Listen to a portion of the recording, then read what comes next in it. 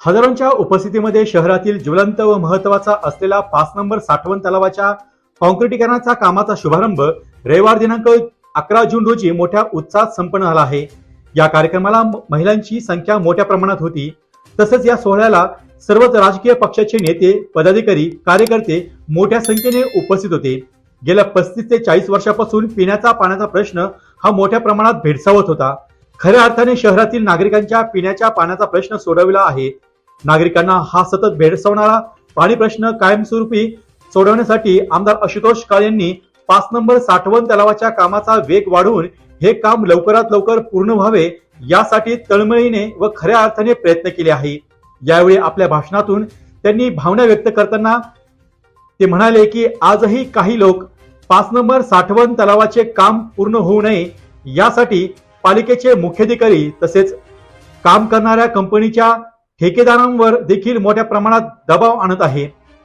परंतु मी आपल्या सर्वांना ग्वाही देतो की कोणीही कितीही दबाव आणला तरी आपण पुढील वर्षभरामध्ये हे काम पूर्णत्वास जाऊन शहरातील जनतेला दररोज पाणी पुरवठा कसा होईल यासाठी आपण कटिबद्ध आहोत।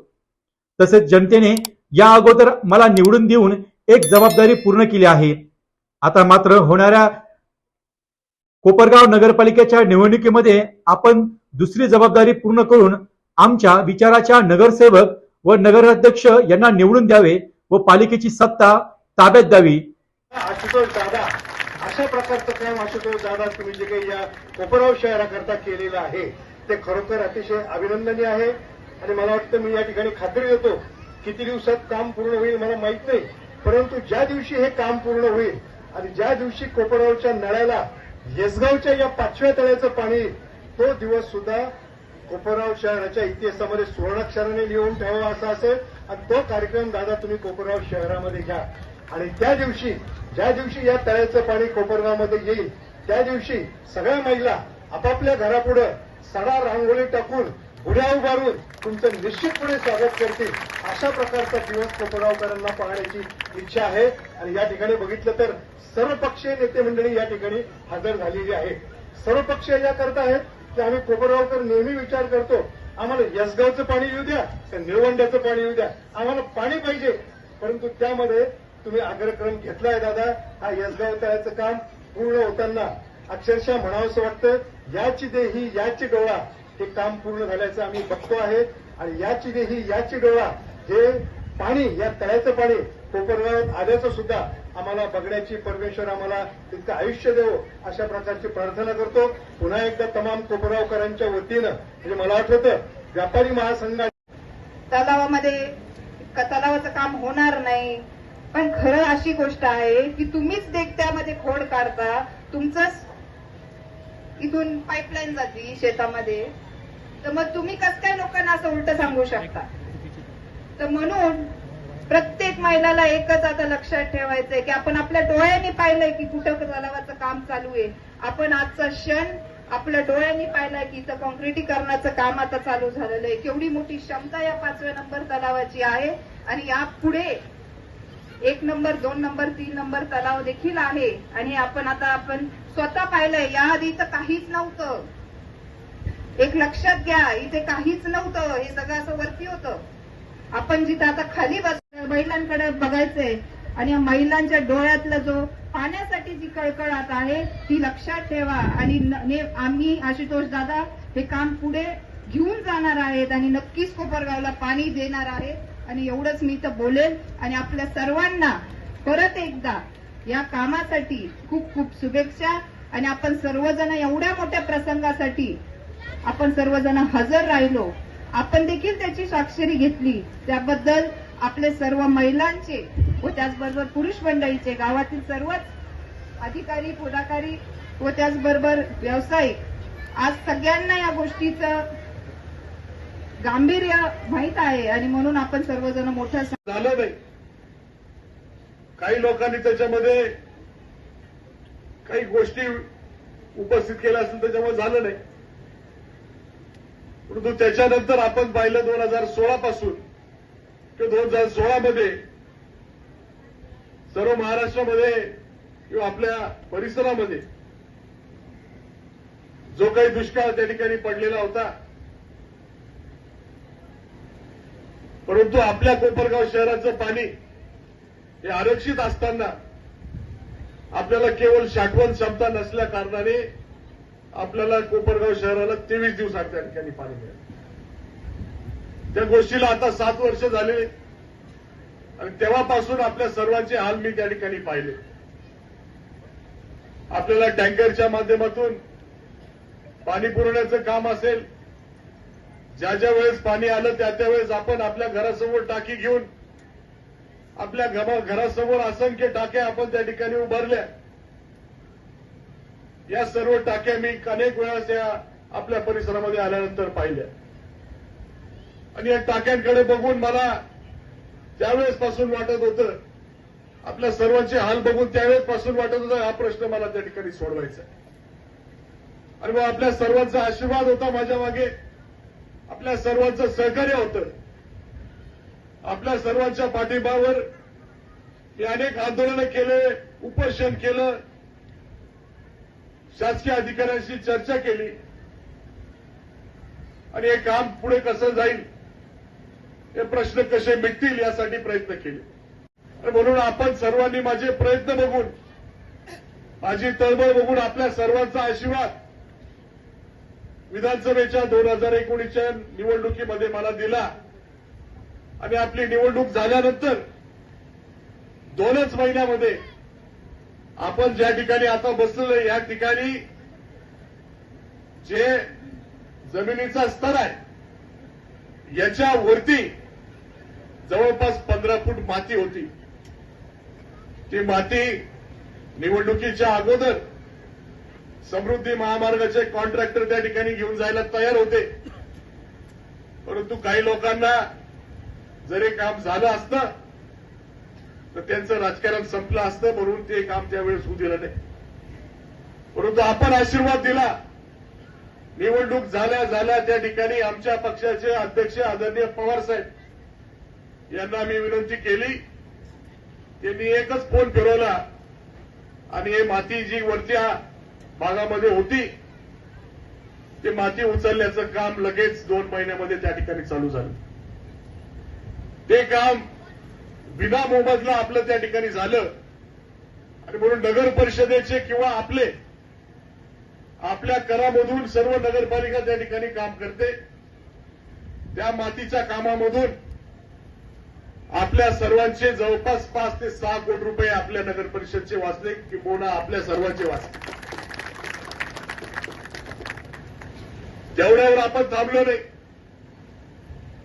आपण तो खोदाईचं काम नगर परिषदेचं जरी समृद्धी महामार्गाच्या कॉन्ट्रॅक्टरकडनं मोफत करून घेतलं, परंतु आपल्याला या कमी म्हणजे आता आपण पाहतोय ही जागा भरपूर मोठी आहे, साठवण कशी करता येईल यासाठी माझे प्रयत्न होते.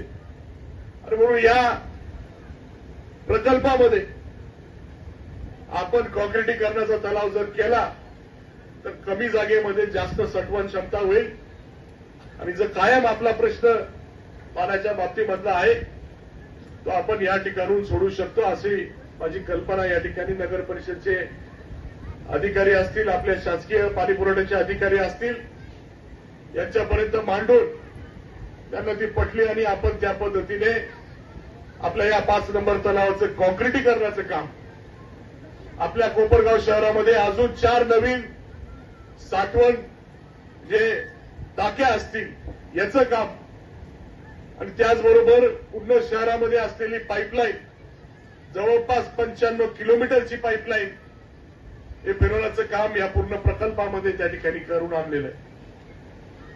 एकाच वेळेस आता आपण ठिकठिकाणी पाहतोय पाईपलाईनचे कामं चालू आहे. बेड भागामध्ये टाकी पूर्ण झालेली आहे. संजय नगरची टाकी होते, ब्रिजलाल नगरची टाकी होते, गोरोबा नगरची टाकी होणार आहे आणि लक्ष्मीनगरची टाकी त्या ठिकाणी दुरुस्त होणार आहे.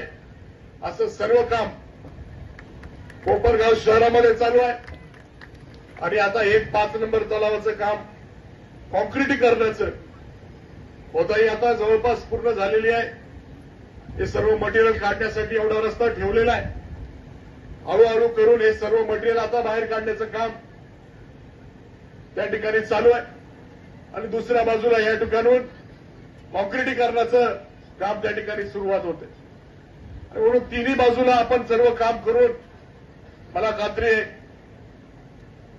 6 ते 8 महिन्यामध्ये हे काम या ठिकाणी पूर्ण होऊन आपल्याला दररोज पाणी आपल्या घरापर्यंत पोहोच होईल.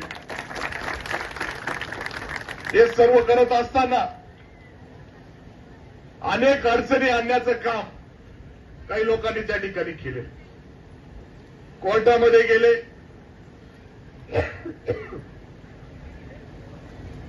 दुसऱ्याच्या खांद्यावर बंदूक घेऊन कोर्टामध्ये केस दाखल केली. शासनाला अनेक प्रकारचे निवेदनं दिले आपल्या या कामाला बंद पाडण्यासाठी. काही लोकांना त्या ठिकाणी आंदोलनं करायला लावले.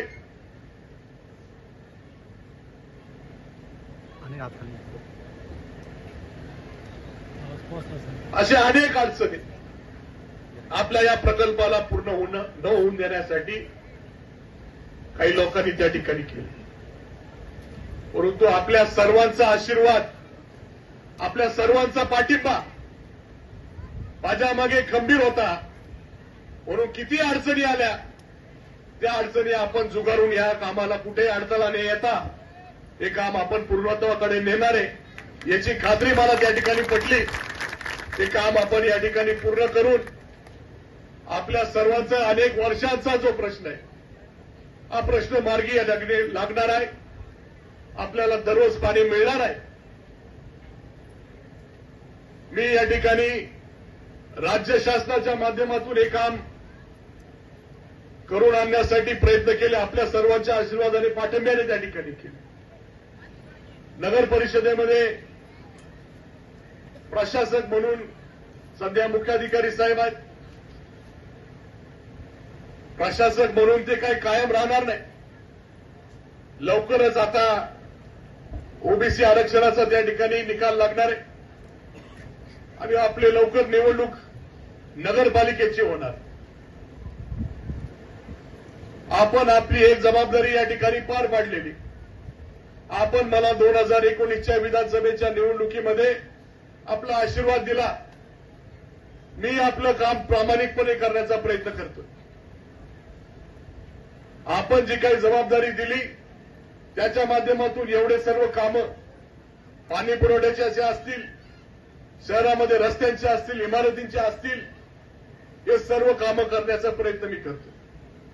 पण अजून एक जबाबदारी आपण सर्वांनी या ठिकाणी पार पाडायची. नगरपालिकेमध्ये येणाऱ्या निवडणुकीमध्ये आम्ही जो निवडणूकमध्ये उमेदवार देऊ, आम्ही काय असले तसले निवडणूक मध्ये उमेदवार देणार नाही. आपल्या सर्वांच्या विचाराने, आपल्या सर्वांना विश्वासात घेऊन आपल्यातलेच निवडणुकीमध्ये उमेदवार त्या ठिकाणी उभे राहतील. परंतु जे कोणी निवडणुकीमध्ये उमेदवार राहतील या नगरपालिकेच्या निवडणुकीमध्ये आपण ती जबाबदारी दुसरी पार पाडायची आहे. ते उमेदवार निवडून आणून ज्यावेळेस आमच्या विचाराचा नगराध्यक्ष नगरपालिकेमध्ये त्या ठिकाणी उभा राहील किंवा निवडून येईल तर अजून त्या अपेक्षित असलेले कामं कोपरगाव शहरामध्ये अधिक गतीने त्या ठिकाणी करण्याची ताकद आपण मला सर्व या ठिकाणी देऊ शकाल असं मला वाटतं. आणि म्हणून आपण सर्वजण ते कराल. आपल्या सर्वांना ती नम्रतेची कळकळीची विनंती आहे का आपण त्या ठिकाणी त्या निवडणुकीमध्ये तो निकाल आम्हाला त्या ठिकाणी दिला पाहिजे अशी विनंती या निमित्ताने करतो. आणि आपण सर्वजण या सुवर्ण सणाचे साक्षीदार होण्यासाठी या ठिकाणी उपस्थित झालात त्याबद्दल आपल्या सर्वांचे मनापासून आभार मानतो. आपल्या सर्वांचा आशीर्वाद जो कर्मवीर शंकररावजी काळेसाहेब यांच्यावर राहिला, माजी आमदार अशोकरावजी काळेसाहेब यांच्यावर राहिला आणि माझ्यावर देखील राहिला. इथून पुढच्या काळामध्ये आपल्या सर्वांचा आशीर्वाद आमच्या सर्वांवर त्या ठिकाणी ठेवावा अशा पद्धतीची विनंती या निमित्ताने करतो. आपल्या सर्वांचे मनापासून आभार मानतो, अभिनंदन करतो. आणि मी आपल्या सर्वांची रजा घेतो. जय हिंद, जय महाराष्ट्र, धन्यवाद. विधिवत पूजा करून आपल्या कोपरगाव शहराला पाणी पुरवठा होणाऱ्या 5 नंबर साठवण तलावाच्या कामाचा, काँक्रिटीकरणाच्या कामाचा शुभारंभ या ठिकाणी आपण केलेला आहे. या सुवर्ण क्षणाचे साक्षीदार आपण सर्वजण या ठिकाणी झाला, त्याबद्दल आपले सर्वांचे मी मनापासून अभिनंदन करतो, आभार मानतो. आपल्या कोपरगाव शहराचा पाण्याचा प्रश्न गेल्या अनेक वर्ष या ठिकाणी प्रलंबित आहे आणि हा प्रश्न मिटावा म्हणून माजी आमदार अशोकरावजी काळे साहेब यांनी 2011 साली म्हणजे गेल्या 12-13 वर्षापूर्वी या पलीकडे आपण जे पाहतो ही भिंत 4 नंबर साठवण तलावाची आहे. या 4 नंबर तलावाच्या पलीकडे म्हणजे या 4 नंबर तलावाचं काही काम बाकी होतं. ते जर काम झालेलं असतं त्या कामासाठी माजी आमदार अशोकरावजी काळे साहेब यांनी 10 ते 12 वर्षापूर्वी आपल्या कोपरगाव नगर परिषदेला 2 कोटीचा निधी शासनाकडनं त्या ठिकाणी आणून दिला होता. ते जर काम त्यावेळेस झालं असतं तर आपल्या कोपरगाव शहराला किमान 10 वर्ष म्हणजे 2021 पर्यंत अगोदरच्याच तलावामधनं पुरेसं पाणी आपल्याला त्या ठिकाणी मिळालं असतं. माजी आमदार अशोकरावजी काळे साहेब यांनी त्याच्यामध्ये नगर परिषदेला निधी आणून देण्याचं काम केलं. पुढे नगर परिषदने त्याच्यामध्ये लक्ष घालून ते काम पूर्ण त्या ठिकाणी व्हायला पाहिजे होतं. डी न्यूज वृत्तवाहिनी सामाजिक, शैक्षणिक, राजकीय, धार्मिक, सहकार, सांस्कृतिक, कृषी या सर्व चालू घडामोडींचा वेध घेणारी वृत्तवाहिनी. डी न्यूज वृत्तवाहिनी, वेध वर्तमानाचा.